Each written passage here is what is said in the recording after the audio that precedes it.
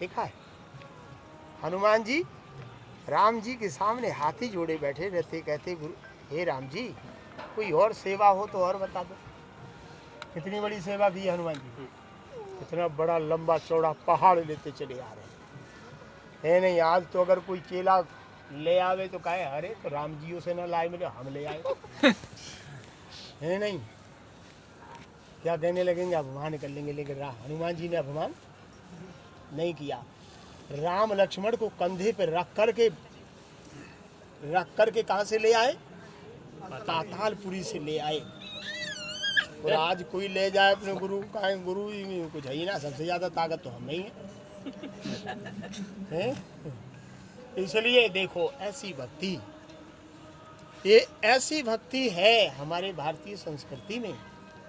हनुमान जी सेवा में समर्पण रहते हैं। ऐसी जो गुरु भक्त है वो गुरु भक्ति में सदैव जो है लगातार समर्पण रहता है, उसको ये भक्ति प्राप्त होती है। तो दरिया जी कहते हैं मैं अर्ज करूं गुरु थाने चरणन में राखियो, आज से मुझे अपने चरणों में रखना। अब मैं जान गया हूं कि आप सबसे बड़े सद्गुरु प्राप्त हो गए। और लास्ट में कह रहे हैं, कितनी सुंदर बात कहते हैं, ये तन मन और धन ये आपका हो गया है। अगर तन भक्ति में लगा है, सत्संग में हम लोग चेक कर लेते हैं,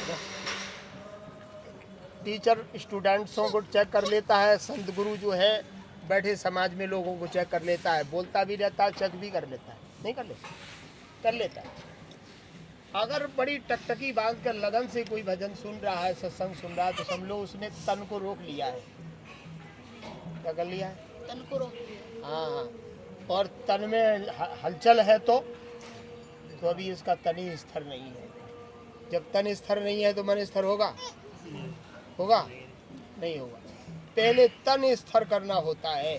तन स्थिर हो गया तो मन स्थिर हो जाएगा, और मन स्थिर हो गया तो कुछ सुनोगे। और तन स्थिर नहीं है तो मन स्थिर नहीं है, और मन स्थिर नहीं है तो तुम खाली बैठे हो। खाली बैठे हो। बच्चा अगर क्लास में हलचल कर रहा है तो खाली सीट पे बैठा है, टीचर की बात नहीं सुन रहा है। क्यों? हाँ, तो तन थिर, मन थिर, वचन थिर। थिर माने रोकना। कितनी चीजें, पहले तन को रोको। हाँ, तन थिर, और तन रुक गया तो मन भी रुक जाएगा। तन थिर, मन थिर, वचन थिर, और फिर सुरत निरत थिर, माने ध्यान लगा लो गुरु में भजन करने के लिए। सुरत निरत थिर होए, कहे कबीर बा दास को, फिर पला न पकड़े कोई, उसको नरक में नहीं आना होगा। इसलिए आशा रानी जी आंखें छोटी तो नहीं हो रही है?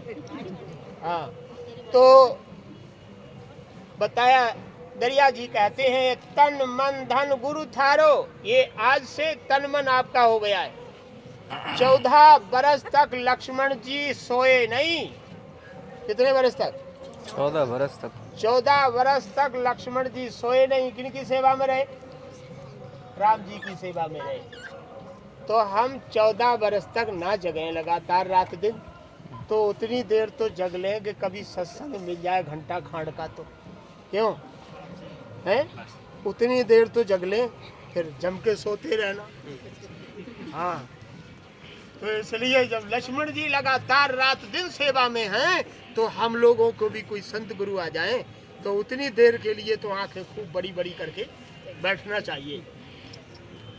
तो दरिया जी कह रहे हैं ये तन मन धन गुरु थारो, चाहे शीश काट ले हमारो।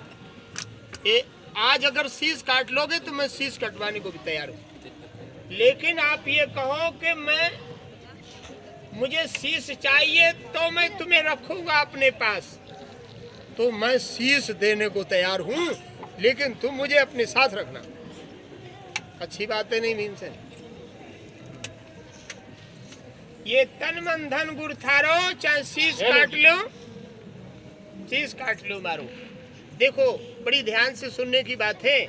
गुरु को शीश काट कर दे दोगे, गुरु को शीश काट कर दे दोगे तो काट कर अगर जरूरत पड़ जाए गुरु को तो काट कर दे दोगे तो परमात्मा के घर जाओगे। और अगर तुमने गुरु को शीश मांगने पर ना दिया तो बकरा बनोगे तो बकरा बने तो कसाई को देना पड़ेगा, मुड़ नहीं देना पड़ेगा। कसाई तो बिना पूछे ही काट लेगा और तुम्हें नरक से दूर भी नहीं करेगा। वो कोई गुरु थोड़े ही कसाई कि तुम्हारा मूड काट करके 84 से नरक से दूर कर देगा। एक तो काट भी देगा और नरक में भी डाल देगा। इसलिए दरिया जी कह रहे हैं, परमात्मा हे सदगुरु, तो हमारा शीश भी काट लोगे तो मुझे विश्वास है कि आप शीश लेने के बाद भी मुझे नरक में नहीं डालोगे, मुझे मुक्त कर दोगे। तो अच्छी बात है। नहीं तो अगर आपने मुझे अपने चरणों में न रखा तो बकरा बनूंगा तो भी कटूंगा, मुर्गी बनूंगा तो भी कटूंगा, सुअर बनूंगा तो भी कटूंगा। जिन जिन योनियों में चला गया तो काटने वाले मेरे से बिना पूछे ही मुझे काट लेंगे। तो गर्दन कटवानी पड़ेगी, नहीं कटवानी। हाँ। इसलिए गुरु मांग रहा हो तो दे दो, कोई बात नहीं, एक ही बार कटवाना पड़ेगा। हाँ, तो कबीर साहब के दरिया जी संत कहते हैं, ये तन मन धन गुरु थारो, चाहे शीश काट लो हमारो, ये जन दरिया दास पुकारो, चरणन को नौकर थारो। चाकर माने मैं आपकी चरणों का नौकर हूँ, आज से मैं आपकी नौकरी करूँगा, मैं आपका नौकर हूँ, ऐसे दरिया जी कह रहे हैं। उसी प्रकार से धर्मदास जी भी कह रहे हैं। धर्मदास जी कबीर साहब के शिष्य हैं, सुने हो ना, वो भी कह रहे हैं, सन्मुख बंदों पारखी शीश भेंट धर हाथ, मैं अपना शीश काट कर हाथों में रखकर आपको दे रहा हूँ। किसको? आपको दे रहा हूँ। तो धर्मदास जी भी कह रहे हैं, मैं अपना शीश काट कर आपको देने को तैयार हूँ। ऐसे दरिया जी भी कह रहे हैं।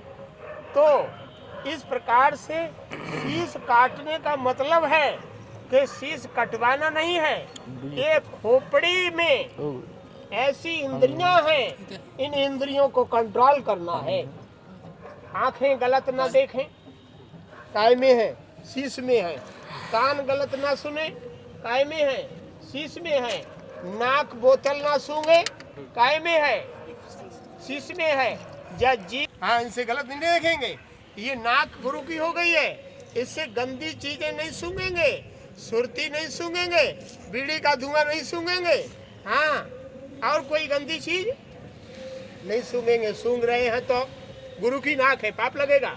ये जीभ से गलत गाली नहीं देंगे। हाँ, क्योंकि ये गुरु की है। इसलिए हे सदगुरु, ये शीश आपका हो गया है, इसलिए ये शीश मैंने आपको अर्पण कर दिया है। इन आंखों से गलत ना देखूंगा, गलत ना सुनूंगा, गलत ना बोलूंगा। इस प्रकार से धर्मदास जी कहते हैं, और यही बात दरिया जी कह रहे हैं। तो ऐसा गुरु भक्ति में इतनी सावधानी बरतनी होती है भीम से।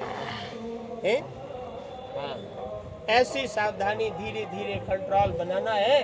आंखें गलत ना देखें, कान गलत ना सुने। ये गलत देखती हैं आंखें कभी कभी कि जब पड़ोसी की 3 मंजिल कैसे बन गया, क्यों? हाँ, ये गिरेगा कब? हाँ, तो गलत देख रही है ना। हाँ, तो इसलिए तो ये आंखें गलत ना देखें, ये सब को सम दृष्टि